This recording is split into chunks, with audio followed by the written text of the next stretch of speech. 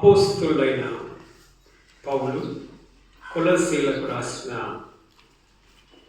పత్రిక 3వ అధ్యాయం 1 నుండి 14 వచనములను మనము చదివి ధ్యానం చేసుకుందాం.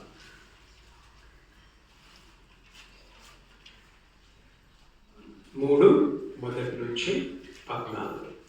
ఈ యొక్క కొలస్సీల రాసిన పత్రికను ఎవరు రాశారు అని అంటే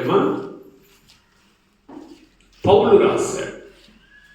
ఎక్కడి నుండి రాశాడు అంటే చెరసాలలో నుండి రాశాడు, జైల్లో నుండి. జైల్లో నుండి పౌలు రాసినవి 2 సార్లు ఆయన జైలుకు వెళ్ళాడు. మొదటిసారి, ఇంకొకసారి జైలు వెళ్ళినప్పుడు ఆయన బయటికి రాలేదు, ఆయన చంపివేశారు.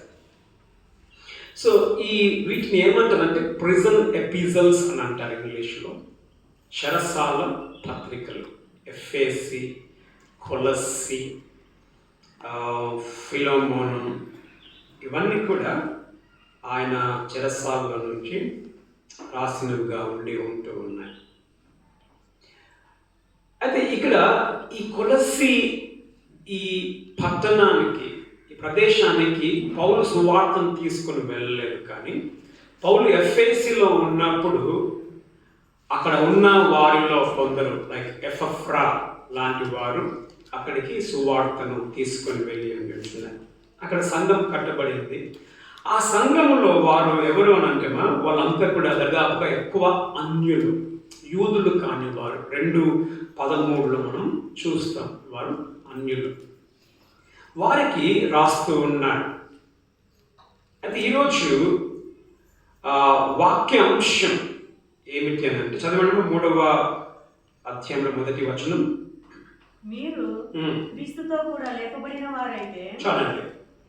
వాక్య అంశము ఏమిటి అని అంటే మీరు క్రీస్తుతో కూడా లేపబడిన వారైతే.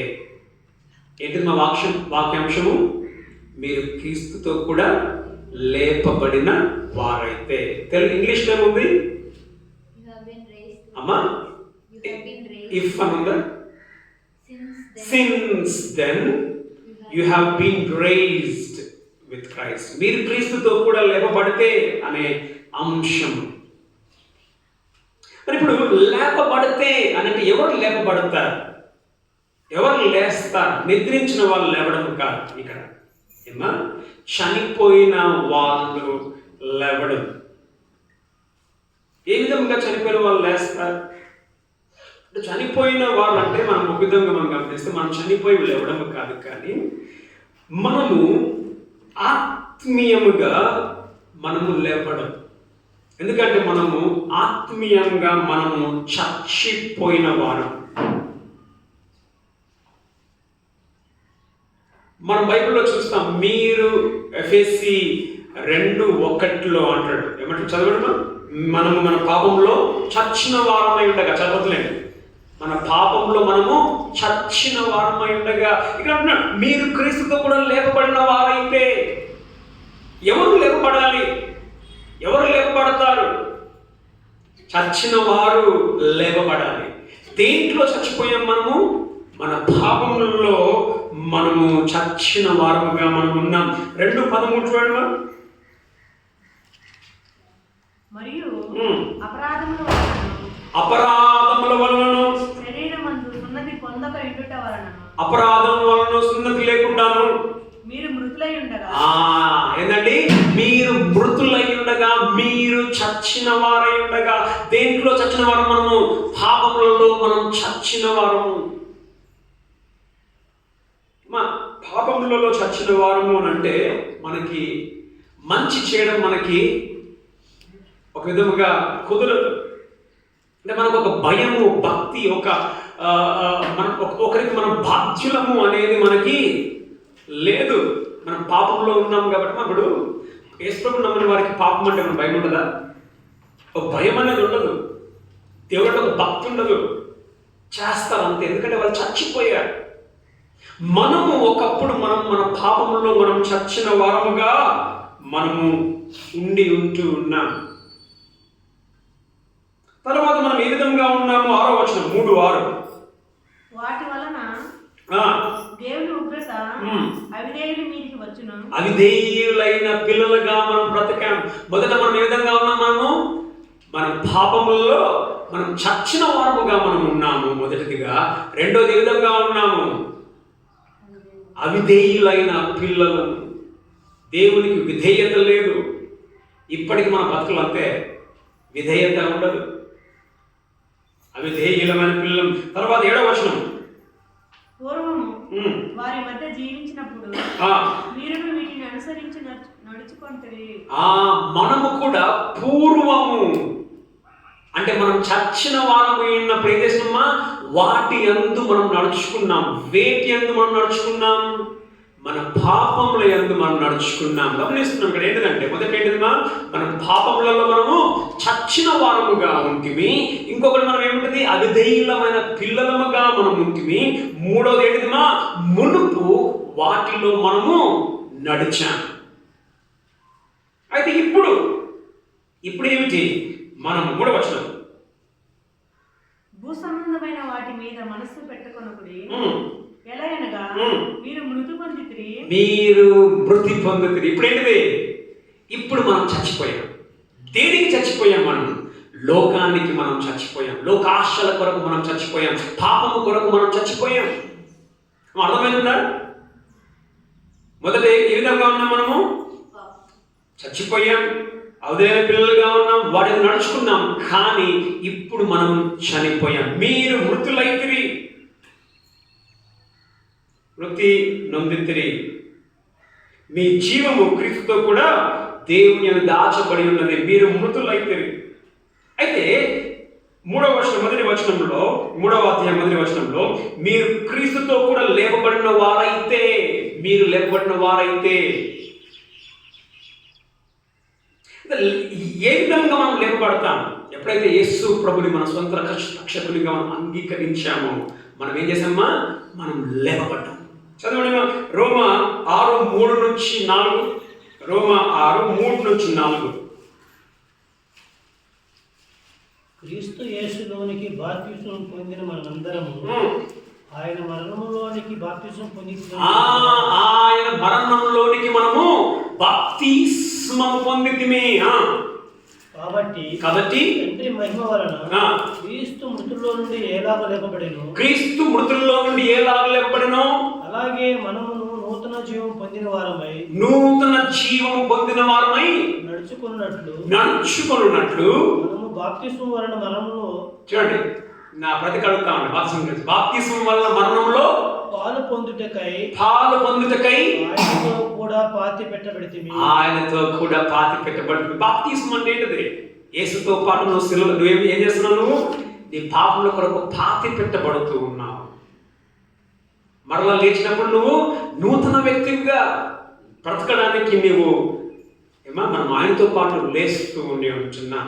ఎప్పుడు మనము క్రీస్తుతో కూడా లేపబడిన వారము, మనము ఆయనను నమ్మిన నుండి మనం ఆయనతో కూడా లేపబడిన వారముగా మనము ఉంటూ ఉన్నాం. కూర్చున్న వారు మనలో ఇక్కడ ఒక మాట మంచిగా అంటున్నాడు, మీరు క్రీస్తుతో కూడా లేపబడిన వారు అయితే అంటున్నాడు. అయితే అంటే అర్థమేంటిది? ఒకవేళ నువ్వు లేపబడకుండా కూడా ఉండవచ్చు. అయితే ఒకవేళ మీరు క్రీస్తుతో కూడా లేపబడిన వారైతే కొన్ని మనము చేయవలసిన వారముగా మనం ఉంటున్నాం. 4 విషయాలు ఇక్కడ పౌలు చెప్తున్నాడు. ఏమి చేయాలి? మనం క్రీస్తుతో కూడా లేపబడిన వారమైతే. ఇక్కడ ఎంతమందికి గ్యారెంటీ అనిపిస్తుంది, నేను క్రీస్తుతో కూడా నేను లేపబడ్డాను? దేని నిమిత్తం లేపబడ్డాను? నూతన జీవితము కొరకు. నా పాపాన్ని నేనేం చేశాను? సమాధి చేశాను. నేను క్రీస్తుతో కూడా నూతన వ్యక్తిగా నేను లేపబడ్డానని ఎంతమందికి ఇక్కడ మనకి ఆ నమ్మకం ఉంది? నమ్మకం ఉన్నట్లయితే మనం ఇక్కడ ముందుకు మనం వెళ్తే మనం చూస్తాము. పౌలు చెప్తున్నాడు 4 విషయాలు. లేపబడితే మనం ఏం చేయాలి? మొదట ఏం చేయాలి? చదవడం 1 నుంచి 4 వచనములు. మీరు క్రీస్తుతో క్రీస్తుతో కూడా లేపబడిన వారైతే పైనున్న వాటినే వెతుకుడి. ఏందంట, ఏం చేయాలంట? క్రీస్తుతో కూడా లేపబడితే ఎక్కడ వెతకాలంటమా? పైనున్న వాటిని వెతకాలంట. పైన అక్కడ ఎవరున్నారు? అక్కడ క్రీస్తు దేవుని కుడిపార్శ్వమున కూర్చుండి ఉంటున్నాడు. ఎక్కడ వాటి మీద మనం వెతకాలంటమా? పైనున్న వాటిని, భూలోక సంబంధమైన విషయంలో కాదు. ఇక్కడ 2వ వచనంలో అంటాడు, పైనున్న వాటిని మీదనే గాని భూ సంబంధమైన వాటి మీద మనస్సు పెట్ట కొనకుడి. ఎలాగనగా మీరు మృతి నొందితిరి, మీ జీవము క్రీస్తుతో కూడా దేవుని యందు దాచబడి ఉన్నది. ఎక్కడ? 2 అంటున్నాడు. ఏం చేయాలంటే, మొదట ఏం చేయాలమ్మా? మన యొక్క పైనున్న వాటిని మనం వెతకాలి. రెండోది ఏంటిదంట? 2వ వచనంలో మనస్సు, భూ సంబంధమైన వాటి మీద మనసు పెట్టకొనకుడి. ఓకే, మొదటి ఏంటిది? వెతకాలి, మనసు పెట్టాలి. దేన్ని వెతకాలా? పైనున్న వాటిని వెతకాలా. దేని మీద మనసు పెట్టాలా? పైనున్న వాటి మీద మనం మనసు పెట్టాలి. మరి మనం దేన్ని వెతుకుతున్నాం? దేని మీద మన మనసు ఉంది? అనేక సందర్భాల్లో మన కన్నులు, మన ఆలోచనలు ఎక్కడుంటేమా? భూలోక సంబంధమైన వాటి మీదనే మనము మనస్సుని మనం పెడతాం, వాటిని మనం వెతుకుతూ ఉంటాం. కానీ పౌలు అంటున్నాడు, మీరు క్రీస్తుతో కూడా లేపబడిన వారైతే పైన వాటిని వెతకండి, వాటిని మీద మీరు మనస్సు ఉంచండి. నాకు అనిపిస్తుంది, ఇది ఒక వాక్యం నేను ధ్యానం చేస్తున్నప్పుడు, అనేక సందర్భాల్లో మన సంఘములో పక్కనే ఉన్న చర్చ్ మీదనే మనకు మనసు ఉంటుందా? ఏమన్నా పక్కనున్న చర్చ్ మీద నీ మనసు లేకపోతే నువ్వు పైన ఉన్న వాటి మీద నీ మనసు ఎక్కడ పెడతావమ్మా? నువ్వు మన దాంట్లో చాలా మందికి లేదు అది. అడుగు వేస్తే నువ్వు చర్చిలో కూర్చుంటారు కొందరు, అయినా మనసు ఉండదు చర్చ్ మీద. నీకు సంఘం మీదనే నీకు మనసు లేకపోతే, ఈ భూమి మీద ఉన్న చర్చ్ మీద మనసు లేకపోతే, నువ్వు పరలోకం మీద నీ మనస్సుని ఏ విధంగా పెడతావు? పరలోకమైన వాటిని మనం ఏ విధంగా మనము వెతుకుతాం అంటే అర్థం. ఇంకో మనం గమనించలేదంటే, మరి ఇంకా పైనున్న వాటిని వెతకాలి, పైనున్న వాటి మీద మనసు పెట్టాలి అంటే ఇంకా భూమి మీద ఏ పనులు చేసుకోవద్దా? వ్యాపారం చేయొద్దా? పిల్లలు చూసుకోవద్దా? లేదు, చేసుకోవాలి. కానీ ఏంటిదంటే, మన మనస్సులో ఎవరు నిండుకున్నామా? దేవుడు నిండుకుని ఉండాలి. ఏం చేసినా, ఏ విధంగా ఉన్నా కానీ దేవుని మనస్సుతో మనం నిండుకుని ఉండాలి. దేవుడు గుర్తు వస్తాడా ప్రతిరోజు మనకి? మనం చేసే పనులలో ఏదైనా తప్పు చేసినప్పుడు దేవుడు మనకు గుర్తు వస్తాడా? ఏదైనా చేసినప్పుడు నేను దేవుని కొరకు చేస్తున్నానని మా ఆలోచన మనకు వస్తుందా? మొదటిగా మనం చూస్తున్నాం ఏంటంట, మనం క్రీస్తు కూడా లేపబడిన వారమైతే ఎక్కడ మనసు ఉండాలా? మొదట మనం పైనున్న వాటిని వెతకాలి, పైనున్న వాటి మీద మనం మనసు ఉంచాలి. అంటే ఎక్కువగా భూమి మీద కాదు, ఎక్కువగా దేవుని విషయమైన జ్ఞాపకాలు, దేవుని విషయమైన ఆలోచనలు మనం పెట్టుకొని ఉండేవారు మనం బ్రతకాలి. అందుకే అంటాడు యేసు అంటాడు, మీరు నా నీతిని, రాజ్యమును వెతకండి, నన్ను వెతకండి. పరలోక సంబంధమైన వాటి మీద మీరు మనస్సును ఉంచాలి. మొదటిదిగా క్రీస్తుతో కూడా లేపబడిన వారి ఇక్కడ మరి క్రీస్తుతో కూడా నువ్వు లేపబడ్డావా? నువ్వు లేపబడితే నీ మనసు ఎక్కడ ఉండాలా? ఎక్కడన్నా పక్కన ఉండాలా? దేవుడి మీద మన మనస్సు ఉండేదిగా ఉండాలి. రెండవదిగా మనం క్రీస్తుతో కూడా లేవబడిన వారమైతే మనం ఏం చేయాలి? రెండవదిగా 5 నుంచి 7 వచనం చదవండి. మనం కావున భూమి మీద ఉన్న మీ అవయవములను అనగా జారత్వమును, అపవిత్రతను, కామాతురతను, దురాశను, విగ్రహారాధన అయిన ధనాపేక్షను చంపివేయుడి. రెండవదిగా మనం ఏం చేయాలంటే చంపివేయాలి. మొదట పైన వాటిని వెతకాలి, పైన వాటి మీద మనసు ఉంచాలి. రెండోది ఏం చేయాలంట? చంపివేయాలి. ఇంగ్లీష్లో ఏమనుంది? మార్టిఫై అని ఉంది. ఇంకేముంది? మనం పుట్ టు డెత్, చంపేవేయాలి. ఏం చంపాలంట? మీ శరీరంలోని అవయములను. అంటే శరీరంలో కొన్ని ఉన్నాయి దేవునికి ఇష్టము కాని వాటిని మనం ఏం చేయాలంట? చంపేయాలి. ఇప్పుడు చంపేస్తే మన బతకడానికి లేదా? అంటే ఏంటంటే చంపివేయాలంటే మనము ప్రాణముతో ఉన్నంత వరకు మనం వాటిని చంపడానికి ప్రయత్నం చేస్తూ ఉండాలి. కారణం ఏంటంటే ఇవి ఏమిటి? ఇక్కడ 5 విషయాలు చెప్తూ ఉన్నాడు పౌలు. మొదటి ఏంటంట? దేన్ని చంపాలంట? జారత్వమును చంపాలంట. ఫార్నికేషన్ అని ఉంది. జారత్వం అంటే ఏంటిది? ఏ విధమైన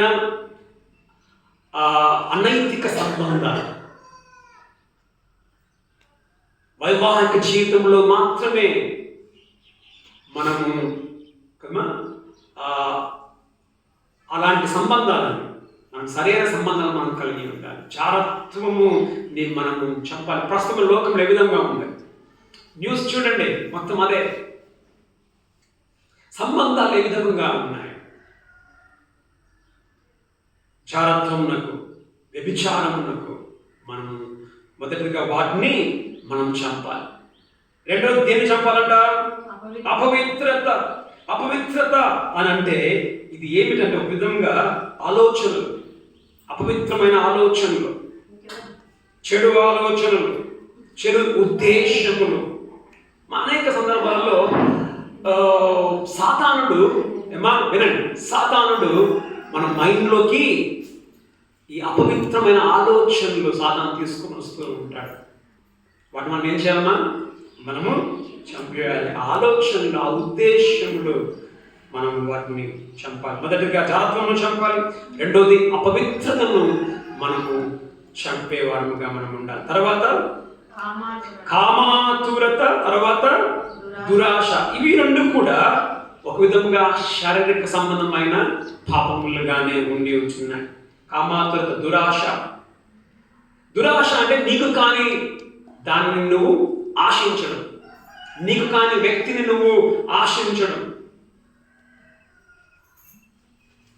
గా ఉంటూ ఉంటారు.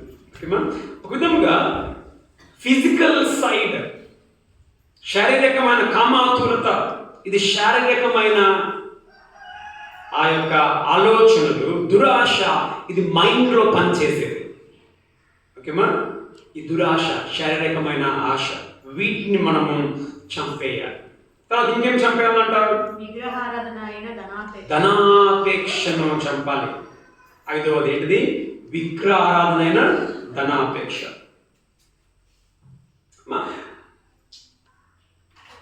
ధనాపేక్ష ఇంగ్లీష్లో గ్రీడీ అని ఉంది. ధనాపేక్ష. ధనాపేక్ష అంటే ఏంటిది? నీకున్న దాంతో నీకు సరిపోదు, ఇంకా కావాలి, ఇంకా కావాలి, ఇంకా సంపాదించాలి. ఎప్పుడైతే నీకు ఇంకా అవసరం అంటే ఇది వద్దు అన్నప్పుడు నువ్వు సంపాదించాలనుకుంటావు కదా, అది విగ్రహారాధన, దురాశ. ఆశలు ఉండడం మన తప్పేం కాదండి, దురాశలే తప్పు. ఇప్పుడు మనం చూస్తే దావీదు విషయంలో ఎంతోమంది భార్యలు ఉన్నారు లేదా? దావీదుకు ఎంతోమంది స్త్రీలు ఉన్నారు ఆయనకి. కానీ మనం చూస్తే బెత్షెబా తనకు చెందింది కాదు, ఉరియా భార్య. కానీ ఏం చేశాడు? మనం ఆశించాడు, ఆశ. కాబట్టి అది మైక్ తీసేయండి, మైక్లో బ్యాటరీస్ తీసేయండి. సో మనం చూస్తున్నాం ఏంటంటే ధనాపేక్ష అయినా ఏంటిది? విగ్రహారాధన. కాబట్టి ఏ ఆశ అయినా కానీ, తృప్తి లేని ఆశ, ఇంకా నాకు ఎక్కువగా ఉండాలని నువ్వు అనుకున్నది ఏంటిదంటమా? అది విగ్రహారాధన. అంటే దేవుని కంటే నీవు దాన్ని ఎక్కువగా నువ్వు ప్రేమిస్తూ ఉంటున్నావు, దేవుని కంటే ఎక్కువగా దాన్ని నువ్వు అనుసరిస్తూ ఉంటున్నావు. కాబట్టి అది విగ్రహముగా అది మనకు ఉంటుంది. దేన్ని మనం ఎక్కువగా ప్రేమిస్తున్నాం? వేటిని దేవుని కంటే ఎక్కువగా మనం ప్రేమిస్తున్నాం? నీకు కాని దాన్ని నువ్వు దేన్ని ప్రేమిస్తూ ఉన్నావు? దాన్ని కూడా మనం ఏం చేయాలన్నా? మనము చంపివేయాలి. కాబట్టి మొదట ఏం చూసుకున్నాం? మనము క్రీస్తుతో కూడా ఎప్పటి వరకు ఏం చేయాలి? మనము పైన వాటి మీద మనసు పెట్టాలా, పైన వాటి మీద మనం వెతకాలా. రెండోది క్రీస్తుతో కూడా లేపడిన వారైతే మనం ఏం చేయాలా? చంపివేయాలి. ఏం చంపేయాలి మనం చూసుకున్నామా? జారత్వమును చంపివేయాలి. అపవిత్రతను చంపివేయాలి, కామాతులతను చంపివేయాలి, దురాశలను మనము చంపివేయాలి. తర్వాత చదవండి మా 8 నుంచి 10. ఇప్పుడైతే చదవండి. ఇప్పుడైతే మీరు కోపము, ఆగ్రహము, దుష్టత్వము, దూషణ మీ నోట బూతులు అని వీటన్నిటిని విసర్జించుడి. ఇప్పుడు మూడోది మనం ఏం చేయాలంటే తీసివేయాలి. ఇంగ్లీష్ లో ఏముందమ్మా? పుట్ ఆఫ్ అని ఉందా అమ్మా? రిడ్, పుట్ ఆఫ్, తీసివేయాలి. విసర్జించు అనే తెలుగులో ఉంది. విసర్జించు, వాటిని మనము తీసివేయాలి. బట్టలు వేసుకుంటాం కదా, బట్టలు వేసుకున్నప్పుడు ఈ మలినమైన వాటిని మనం తీసేస్తాం కదా, ఈ బట్టలు తీసేసినట్టు కొన్నిటిని మనము తీసివేయాలి. ఏమేమి తీసివేయాలంట? మొదటి ఏం తీసేయాలంట? కోపము. కోపం తీసేయాలి. చాలా మంది కోపాలు ఉంటాయి కదమ్మా. కోపం అంటే ఏంటిది? మంచి కోపం ఉంది, చెడు కోపం ఉంది. బైబిల్ అంటుంది కోపపడుడి కానీ పాపం చేయకుడి. నీ బిడ్డల మీద నీ కోపం మంచిదే, నీ భార్య మీద నీ కోపం మంచిదే, నీ భర్త మీద నీ కోపం మంచిదే, అది సరి అయిన కోపం ఉండాలి. అనేక సందర్భంలో మన కోపం ఎట్లుంటుంది తెలుసా? సరి అయిన కోపం కాదు, లోపలనే మండుతూ ఉంటుంది కదా, లోపలనే మండుతూ ఉంటుంది, మండుతూ ఉంటుంది. ఎట్లా ఒక విధంగా చేదు, బిట్టర్నెస్, ఆ మండుతూ ఉంటుంది. అంటే లోపల ఎప్పుడో ఒకసారి ఏమవుతుంది? ఇప్పుడు దాన్ని ఏమంటారు? వాల్కెనో అంటారు కదా, అగ్ని పర్వతం లోపలనే మండుతూ ఉంటుంది. ఇది కోపం.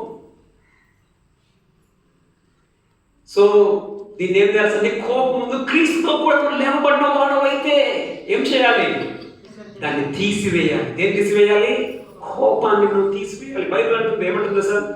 ఎఫెసీ రాసిన పత్రిక 4 అంటాడు, కోప్పడు కానీ పాపం చేయకుడి, సూర్యుడి అస్తమించే వరకు మీ కోపము ఉండొద్దంట. ఎప్పుడు ఉండదమ్మా కోపము? సూర్యుడి దీపం కోపం ఉండొద్దు. కానీ మన కోపాలు అంటే సూర్యుడి దీపం అంటే ఎంతవరకు ఉండాలి నీ కోపం? ఎన్ని గంటలు ఉండాలి? ఎన్ని గంటలు ఉండాలండి? 12 గంటలు. సూర్యుడు ఎన్ని గంటలు? సూర్యుడికి ఎన్ని గంటలు కనిపిస్తాడు? 6 నుంచి కనిపిస్తాడు. ఎప్పటి వరకు ఉంటాడు? 6 వరకు ఉంటాడు. అంటే ఎన్ని గంటలు ఉండాలి కోపం? 12. మంచి లెక్క ఉంది మీ దగ్గర. ఇంకొక లెక్క చూద్దాం.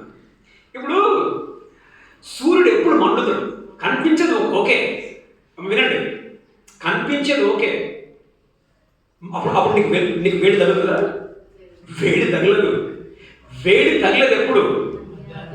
మధ్యాహ్నం 12 నుంచి ఇంకెంతసేపు మనకి వేడి తగులుతుంది నీకు? 3 గంటలకి వేసుకోండి. అంటే ఎన్ని గంటలు నీకు ఆ వేడి తగిలేది? 3 గంటలు ఆ వేడి ఉండేది. సూర్యుడు అస్తమించిన ఆ వేడి అంటే ఎన్ని గంటలు ఉండాలి నీకు కోపము? 12 గంటలు కాదు, ఎక్కువైపోయింది. 3 గంటలు చాలు నీకు. 3 గంటలు చాలు. లోపల కోపాన్ని నీకు కోపం, నువ్వు క్రీస్తుతో కూడా నువ్వు లేపబడితే ఏముండదు నీకు? కోపాన్ని నువ్వు తీసేయాలి. ఎన్ని గంటలు సార్? మన లెక్కలో చూస్తే 3 గంటలు నీ కోపం. మనది ఎప్పుడు దాకా రాత్రి పెట్టుకుంటావు నీ భర్త మీద, పొద్దున్న వెళ్ళిపోతే 5 గంటలకు వెళ్ళిపోతాడు రాని, ఎప్పటిదాకా కాస్తూ ఉంటావు? సాయంత్రం 6 గంటల దాకా వచ్చేదాకా లోపల పడుతుంది. ఏం చేస్తున్నావు? తీసివేయాలి, తీసివేయాలి. అదే నువ్వు క్రీస్తుతో కూడా లేపడితే కూల్ అయిపోతా లేదా? మనం కూల్ కాం. సో మొదట కోపాన్ని మనము విసర్జించాలి. రెండవది ఆగ్రహం. కోపం నుంచి కోపాన్ని మనం అట్లే పట్టుకుంటే వచ్చేది ఏంటిది? ఆగ్రహం. అంతేనే కదా? ఇప్పుడు అగ్నిపర్వతం లోపల మండుతా ఉంది, కోపం ఉంది. ఇంకా ఆగ్రహం అంటే ఏంటిది? పగిలిపోతే ఇంక వచ్చేది ఆగ్రహం. అప్పుడు చేతికి ఏం దొరుకుతారే? అంతేనే కదా? చేతికి ఏం దొరుకుతారే? వేసి కొట్టే ఆగ్రహం. ఆగ్రహం అంటే ఒకేసారి మనం బర్స్ట్ అయిపోతాం, ఒకేసారి ఇంకా తట్టుకోలేము. ఆగ్రహం మంచిది కూడా కాదు. మనకి కంట్రోల్, లో ఉండాలి. సో ఏం తీసారు? మొదట ఏం తీసారమ్మా? కోపాన్ని తీసేయాలి. మీరు క్రీస్తు కూడా లేపడ్డ వారైతే. రెండోది ఏంటిదిమా? ఆగ్రహం. ఎక్కువ కోపం. అంటే ఈ కోపానికి ఆగ్రహానికి తేడా ఏంటంటే, ఆగ్రహం అంటే ఇంకెక్కువ. కోపం ఒక లెవెల్ ఉంటుంది, ఆగ్రహం నీకు మనం పట్టుకొని కాదు. ఇంకా బీగం వేసుకొని పోవాలి, భర్త అయినా భార్య కానీ. ఇంట్లో ఉంటే పగిలిపోతాయి, తలలు కానీ ఏమైనా పగిలిపోతాయి. ఆగ్రహం కూడా మనము తీసివేయాలి. తర్వాత ఏం తీసేయాలంట? దుష్టత్వము. ఇంగ్లీష్లో ఏముందమ్మా? మాలైస్. దుష్టత్వము. దుష్టత్వం అనంటే మా చెడు, ఇతరుల గురించి చెడు మాటలు, బ్యాడ్ స్పీచ్, ఈవిల్ స్పీచ్. ఇప్పుడు చెడుగా ఇతరుల గురించి మాట్లాడి వాళ్ళ యొక్క మర్యాదను ఖరాబ్ చేయడం. చాలా మందికి ఇదొక టైం పాస్ ఉంటుంది కదా. లేకుండా చర్చ వాళ్ళ గురించి చెడుగా మనము ప్రచారాలు మనం చేస్తూ ఉంటాం. కాబట్టి ఈ దుష్టత్వం, దీన్ని కూడా మనము తీసి వేయాలి. తర్వాత దూషణ. దూషణ అంటే ఏంటిది? ఒక విధంగా తిట్టడమే బాగా వస్తుంది, దూషించడం. నువ్వు అట్లా, నువ్వు ఇట్లా అని దూషణ నువ్వు కూడా మనము తీసివేయాలి. ఇంకా మీ నోట ఏం రావద్దంట? బూతులు రావద్దంట. బూతులు అంటే గలీజ్ మాటలు కదా. యేసు ప్రభువుని నమ్ముకున్న నీ లోపల నుంచి బూతులు, చెడు మాటలు మన నుంచి రావద్దు. అదేదన్నా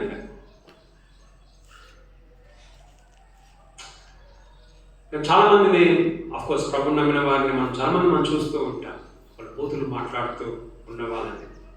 ఐదవదిగా బూతులు మన నోటి నుంచి రావద్దు. తర్వాత 9వ వచనం, ఒకనితో ఒకడు ఏం చేయాలంట? అబద్ధము మాట్లాడకూడదు. సత్యం మనం చెప్పాలి. సో వీటిని మనం తీసివేయాలి.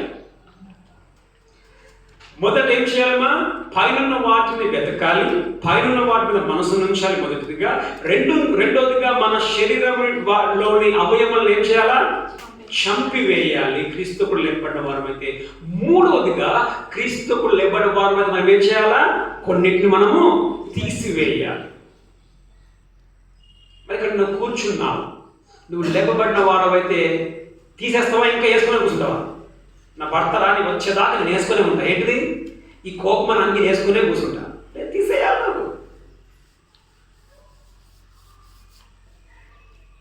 నాకు ఒక మాట మనం నేర్చుకున్నాం. ఏంటిది? మీరు అంతకుముందు మన పాపంలో మనము చచ్చిన వారు, ఇప్పుడు మనము క్రీస్తు కూడా లేచిన వారు. ఇప్పుడు చచ్చిన వానికి లేచిన వానికి తేడా ఏంటో తెలుసా? ఇప్పుడు చేప ఉందనుకోండి, చనిపోయిన చేప చచ్చిపోయింది, నీళ్ళ ప్రవాహం వస్తున్నప్పుడు చచ్చిపోయిన చేప ఏమవుతుందమ్మా? చచ్చిపోయిన చేప నీళ్ళ ప్రవాహానికి కొట్టుకొని పోద్ది. చచ్చిపోయిన చేప, ప్రాణం లేని చేప, నీకు అర్థమైన భాషలో. ప్రాణం ఉన్న చేప ఏం చేస్తుంది? నీళ్ళ ప్రవాహానికి ఏం చేస్తుంది? ఎదురుగా ఈదుకొని పోద్ది. నీళ్ళ ప్రవాహానికి బ్రతుకున్న చేప ఎదురుగా పోతుంది, చచ్చిపోయిన చేప కొట్టుకొని పోతుంది. అది నువ్వు చచ్చిపోయిన చేపలా కొట్టుకొని పోతున్నావా, లేకపోతే ప్రాణం ఉన్న చేపలా ఎదురు ఈదుతూ ఉన్నామా? మనం అన్నికసారి మనం ఏం చేస్తాం? కొట్టుకొని పోతాం. కానీ మనం లేపబడిన వారం అయితే మనం వాటిని చంపాలి, వాటిని మనము కొన్నిటిని మనం తీసివేయాలి. ఇప్పుడు చివరిగా మనం ధరించుకునేటివి ఉన్నాయి, తీసివేసేటివి ఉన్నాయి, ఇప్పుడు వేసుకునేటివి కొన్ని ఉన్నాయి. 10 చదవండి. ప్రాచీన స్వభావమును దాని క్రియలతో కూడా మీరు పరిత్యజించండి, తీసేసి. ప్రాచీన స్వభావం అంటే పాత స్వభావము. ఏంటిది పాత స్వభావము? ఇవన్నీ మనం చూసుకున్నాం కదా. కోపము, ఆగ్రహము, దుష్టత్వము, దూషణ, చెడు మాటలు, అబద్ధములు, ఈ ప్రాచీన స్వభావమును అంటే పాత మనిషిని మనము తీసివేసి జ్ఞానము కలుగు నిమిత్తము దానిని సృష్టించిన వారి పోలిక చొప్పున నూతన పరచబడుచున్న నవీన స్వభావమును ధరించుకోవాలంట. కొత్త మనిషిని ధరించుకోవాలంట. పాత మనిషిని మనం తీసేయాలి, కొత్త వాటిని మనము వేసుకోవాలి. ఏం వేసుకోవాలి? ఇక్కడ కొన్ని మనకి 6 విషయాలు ఉన్నాయి. ఏమి ధరించుకోవాలి? మొదట ఏం ధరించుకోవాలి? చదవండి 12.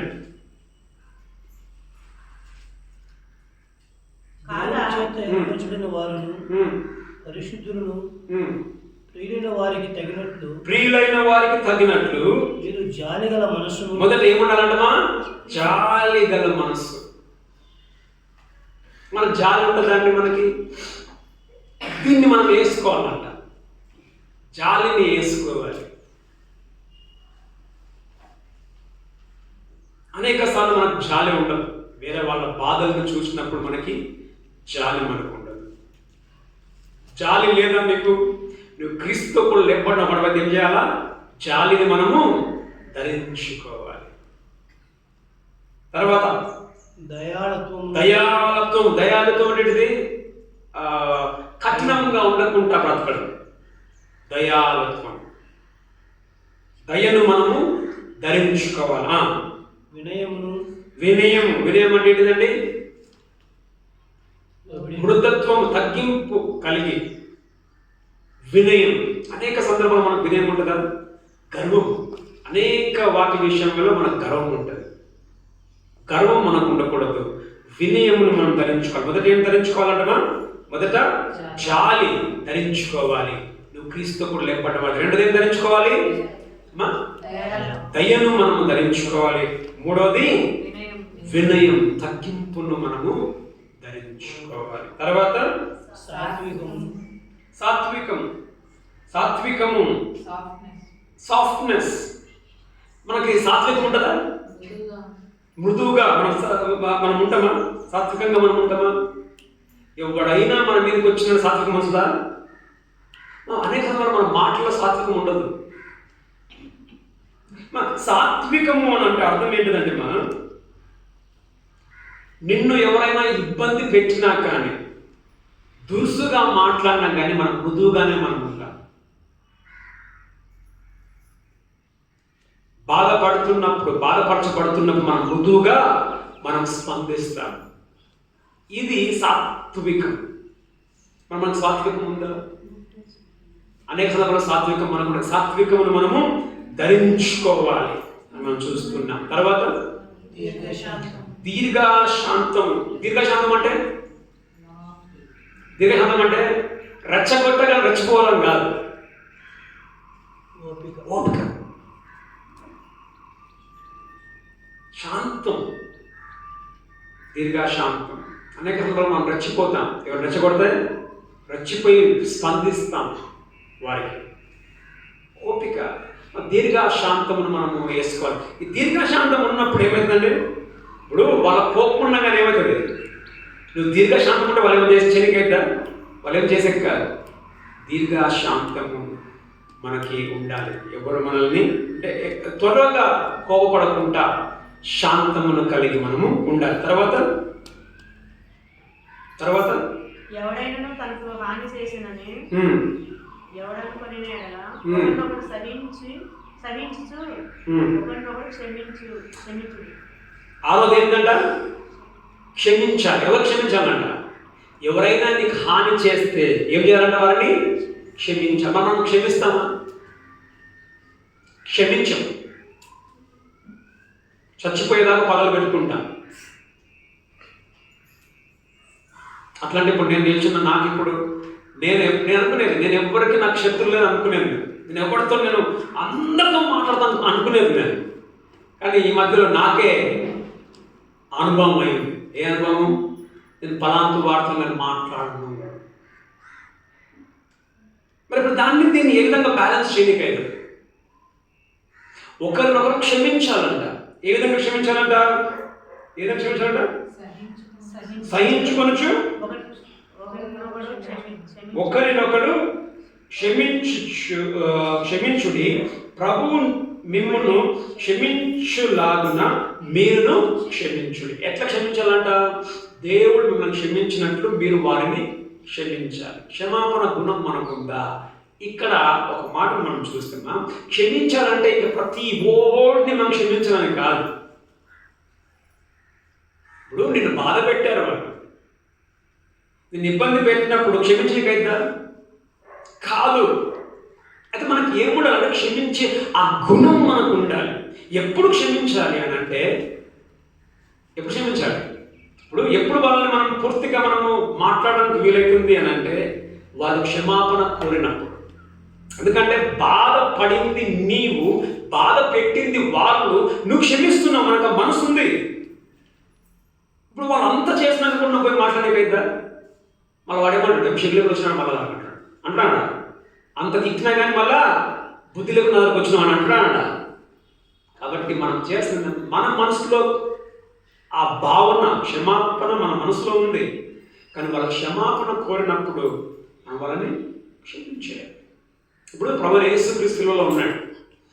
సిలువలో ఉన్న యేసు ఏమో ప్రార్థన చేశాడు, తండ్రి మీరు ఏం చేయించినారో మీరు ఎదుగుదాక వీరిని క్షమించుము అన్నాడు. యేసు ప్రభు నుంచి క్షమాపణ వచ్చింది. కానీ ఆ క్షమాపణ ఎవరు పొందుకోగలిగారు? ఎవరైతే అక్కడ ఉండి నువ్వు నిజముగా క్రీస్తు అని ఒప్పుకున్నారో వాళ్ళకే క్షమాపణ దొరికింది. కానీ అందరూ క్షమాపణ దొరకలా. ఒప్పుకునే వారిని మనం ఏం చేయాలన్నా క్షమించాలి. బలవంతంగా మనం మాట్లాడేది కూడా కాదు సందర్భాలు. ఎందుకంటే వాళ్ళతో మాట్లాడినా కానీ ఇప్పుడు బైబిల్లో మనం చూస్తాం, ముత్యాలు ఎక్కడ పోయిందంట?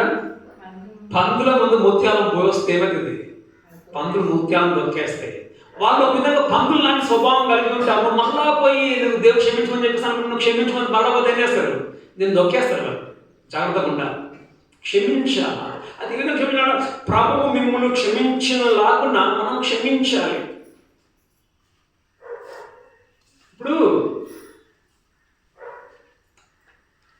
ప్రభువు మనల్ని వారానికి ఎన్నిసార్లు మనం దేవుని దగ్గర ఒప్పుకుంటున్నాం, దేవుని క్షమించమని రోజు ఒప్పుకుంటున్నాం. దేవుడు క్షమిస్తే క్షమించదు కదా, క్షమిస్తున్నాడు. ఒక ఆమె పాస్టర్కి పోయి అడిగిందంట, అయ్యా నా భార్యను, నా భర్తను మేము క్షమించలేకపోతున్నాను, బాగా తాగి వచ్చి నన్ను కొడుతూ ఉన్నాడు, నేను క్షమించలేకపోతున్నానంటే పాస్టర్ అన్నాడంట, నువ్వు క్షమించాలి. ఎట్లా క్షమించాలి? దేవుడు నేను క్షమిస్తున్న ప్రకారం నువ్వు ఆయనని క్షమిస్తున్నాడు. దేవుడు మనల్ని భరిస్తూ ఉన్నాడు. అది క్షమాపణ గుణము అనే దాన్ని మనం ఏం చేసుకోవాలమ్మా? మనం దాన్ని ధరించుకోవాలి. మనం క్రీస్తు కూడా లేకుండా మనమైతే. తర్వాత చదవండి. వీటన్నిటిపైన పరిపూర్ణత, పూర్తిగా వస్త్రాలు పూర్తిగా ఉండనట్లుగా పరిపూర్ణతకు అనుబంధమైన ప్రేమను ధరించుకొనుడి. ఏం ధరించుకోవాలంటమా? ప్రేమను ధరించుకొనుడి. ఎన్న వచనం అది? ప్రేమను ధరించుకొనుడి. క్రీస్తు అనుగ్రహించు సమాధానం మీ హృదయంలో ఏలుచుండ నీయుడి. ప్రేమను మనము ధరించుకోవాలి. ప్రేమ మనం చూస్తాం, తీసే పని లేదు. కానీ పేతుళ్ళు అనుకుంటా, ప్రేమ అనేక పాపములను, ప్రేమ ఏం చేస్తుందండి మా అనేక దోషములను కప్పుతుంది. ప్రేమ యేసు ప్రభు కూడా మన యొక్క పాపములను తన ప్రేమను బట్టి ఆయన కప్పాడు. మనకు ప్రేమ ఉండాలి. మనుషుల పట్ల మనకు ప్రేమను మనము కలిగి ఉండాలి. దాన్ని మనం ధరించుకోవాలి. ఇక్కడ మనం చూసుకున్నాం 4 విషయాలు. క్రీస్తు కూడా మనం లేపబడిన వారం అయితే ఏం చేయాలి? మొదటి ఏం చేయాలి? పైన వాటి మీద మనస్సు ఉంచాలి, పైన వాటిని మనం వెతకాలి. రెండోది ఏం చేయాలి? ఉన్న వాటిని మనము చంపివేయాలి. అంటే శరీరం కలిగిన ఆ ఆశను, జారత్వము కానీ, దురాశ కానీ, మనము అపవిత్రత, వీటిని మనం ఏం చేయాలమ్మా? చంపివేయాలి. ఎప్పుడు? నువ్వు లేపబడిన వాడవైతే. నువ్వు చచ్చిన వాడవైతే అవసరం లేదు, ఎక్కడ కొట్టుకోదు. ఎట్లా? నువ్వు లేపబడితే వాటిని చంపాలి. తర్వాత మనం లేపబడిన మనం ఏం చేయాలి? కొన్నిటిని తీసివేయాలి, విసర్జించాలి. ఏమేమి తీసివేయాలన్నా? కోపం నీకు ఉండకూడదు. కోపం తీసేయాలి. అంటే కోపం తీసుకోదంటే ఏం చేసినా నీ పిల్లలు ఏం చేసినా కూర్చోని కాదు. కోప్పడాలి, కానీ కోపాన్ని పెట్టుకోనే బతకూడదు. కొన్ని మనం ఆగ్రహమును మనం తీసివేయాలి, దుష్టత్వమును తీసివేయాలి, దూషణ మాటలను మనం తీసివేయాలి, చెడు మాటలు, గలీజ్ మాటలను మనం తీసివేయాలి, అబద్ధములు ఆడడం కూడా మనము తీసివేయాలి. చివరికి 4 ఏం చేయాలా? కొన్నిటిని మనము ధరించుకోవాలి. ఏం ధరించుకోవాలి? జాలి, దయాళుత్వము, వినయము, తగ్గింపు, సాత్వికము. సాత్వికం తర్వాత దీర్ఘశాంతము, తర్వాత క్షమాగుణము, తర్వాత ప్రేమ. వీటిని మనం ధరించుకోవాలి. మనం క్రీస్తు కూడా లేపబడి ఉన్నాము. లేపబడితే మనము వీటిని మనం లేపబడిన వారం అయితే, లేదనంటే నీకు లేపబడలేదనంటే ఎట్లున్నాను? నువ్వు పాపంలో నువ్వు చచ్చిన వాడిగా మనము ఉండి ఉంటున్నాం. కాబట్టి లేపబడిన వారముగా ఆ విధముగా బ్రతుకుటకు దేవుడు మనకు సహాయం చేసి నడిపించింది. కళ్ళు మూసుకున్నాం, ప్రార్థన చేసుకుంటాం. దేవతండ్రి, మీకు వందనములు, స్తుతులు, స్తోత్రములు చెల్లిస్తున్నట్టున్నాను. మీరు క్రీస్తుతో కూడా లేపబడిన వారైతే పైన వాటి మీద మీ మనసును ఉంచుమని మేము నేర్చుకొని ఉంటున్నాం. మేము క్రీస్తుతో కూడా లేపబడిన వారమైతే శరీరంలో మా లోపల పనిచేసే అపవిత్రత, కామాతురత, వ్యభిచారం, దురాశ, వీటన్నిటిని మేము చంపివేయాలి మేము నేర్చుకొని ఉంటున్నాం. మేము క్రీస్తుతో కూడా లేపబడిన వారమైతే మరి దుష్టత్వమును కానీ, మరి కోపమును, ఆగ్రహము, వీటన్నిటిని మేము తీసివేయాలి అని మేము నేర్చుకున్నాం.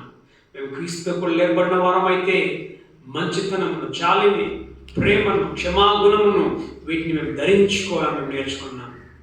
ప్రభు కూర్చున్న మాలో ఎవరమైనా ప్రభు ఇంకా మేము లేచిన వారముగా ఉంటూ ఆ విధంగా జీవించకపోతే, ఆ విధంగా బ్రతుకుటకు మాకు సహాయం చేసి నవీన స్వభావం, నూతన స్వభావం, ఆ పాత స్వభావమును తీసివేసుకొని నూతన స్వభావమును మేము ధరించుకొని బ్రతుకుటకు సహాయం చేసి నడిపించమని ప్రార్థిస్తున్నాం. సంఘం ప్రతి ఒక్కరిని దీవించి ఆశీర్వదించండి. వారి వారి అక్కర్లో ఆసక్తి తీసి నడిపించమని ప్రార్థిస్తున్నాం. అనేకులకు ప్రభు మరి సంఘం అంటే విలువ లేకుండా, మర్యాద లేకుండా ఉండి ఉంటున్నది. వారిని మార్చండి. ప్రతి ఆదివారం వారు కూడా మందిరానికి వచ్చినట్లుగా వారి సహాయం చేసి నడిపించమని ప్రార్థిస్తున్నాం. మీకే వందనములు, స్తుతులు, స్తోత్రములు చెల్లించండి. యేసుక్రీస్తు నామములో ప్రార్థించి అడిగి వేడుకొని ఉన్నాం మా ప్రియ పరలోకపు తండ్రి.